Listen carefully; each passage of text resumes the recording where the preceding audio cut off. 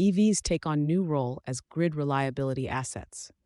Electric vehicles are starting to pull double duty. Beyond transportation, they're being tested as flexible energy assets that can support both households and grid operations.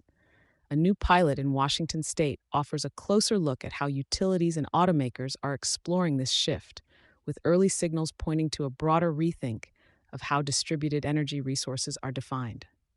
Led by Puget Sound Energy in collaboration with ChargeScape and several automakers, the project centers on vehicle-to-home (V2H) capabilities.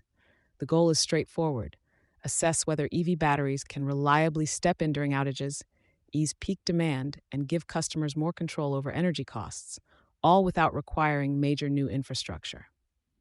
EV batteries move into distributed energy strategy. At the center of the pilot is bidirectional charging, which allows energy to flow both to and from the vehicle.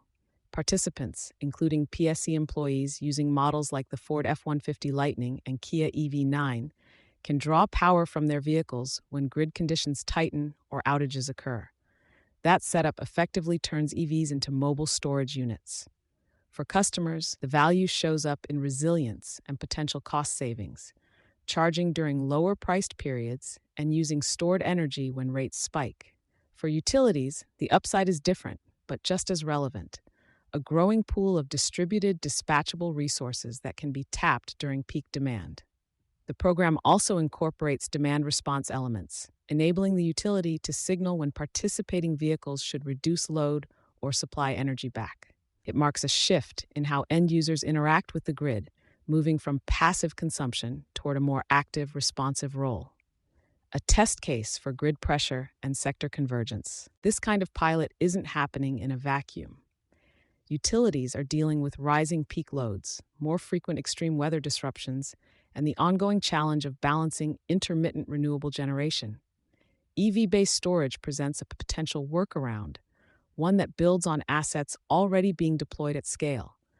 Rather than relying solely on centralized infrastructure, the approach leans into decentralization. If enough vehicles participate, aggregated battery capacity could function as a meaningful grid resource.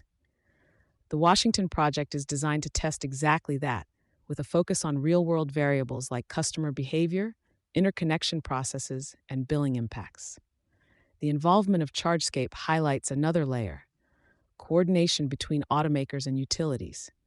Its platform aims to standardize how EVs connect to grid programs, smoothing what has historically been a fragmented integration process. For automakers, this opens a path to extend EV value beyond driving.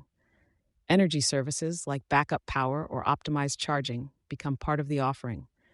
Utilities, meanwhile, gain access to distributed storage without owning or maintaining the hardware. The pilot remains early stage, but it reflects a clear directional shift. As EV adoption grows, so does their potential role in grid operations. The open question is less about technical feasibility and more about timing: how quickly regulatory frameworks, customer adoption, and interoperability standards can catch up.